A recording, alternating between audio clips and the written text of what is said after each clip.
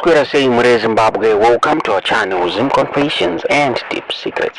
Kana karikikutanka kukwepa nino channel, please don't forget to subscribe. Kana ujingogara ka subscribe. Don't forget to comment and share this video. Nas Mure Zimbabwe tavigira nyaya ya buda nepa UK. Pana Mukadzi Uyu Zimbabwe nangajigara ku UK. Anonzi perseverance ngube angane makore 35. Uyu Aurayiwa ku UK. Zuri kunzi vana vake vakamusvikira akafa muri Zimbabwe mumba asi zviri kunzi body yake iradzodanga akastebwa muri Zimbabwe nyaya inorwadza nyaya inosirisa.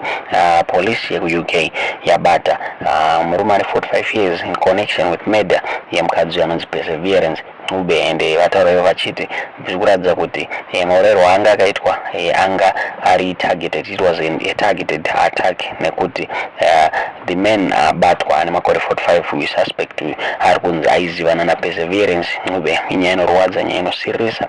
Vanhu vakawanda vadescribe perseverance ube as a hard working mother airaramira vana vake anga ane vana 2 and angane vana 2 muri Zimbabwe wezvepolisi iri kutaura iyo ichiti chiri early stages investigation pakufa kwaperseverance uyu muri Zimbabwe nyaya inorwadza muri Zimbabwe kuti mukadzi angaenda ku UK kunosvagirawo kunoshandirawo muri Zimbabwe wasangane this incident. Tichingoti rest in peace kuna perseverance muri Zimbabwe. Ndonyaya tatavigira muzvara nhasi todzidza mukufunga pamusoro penyaya iyi mucomment section.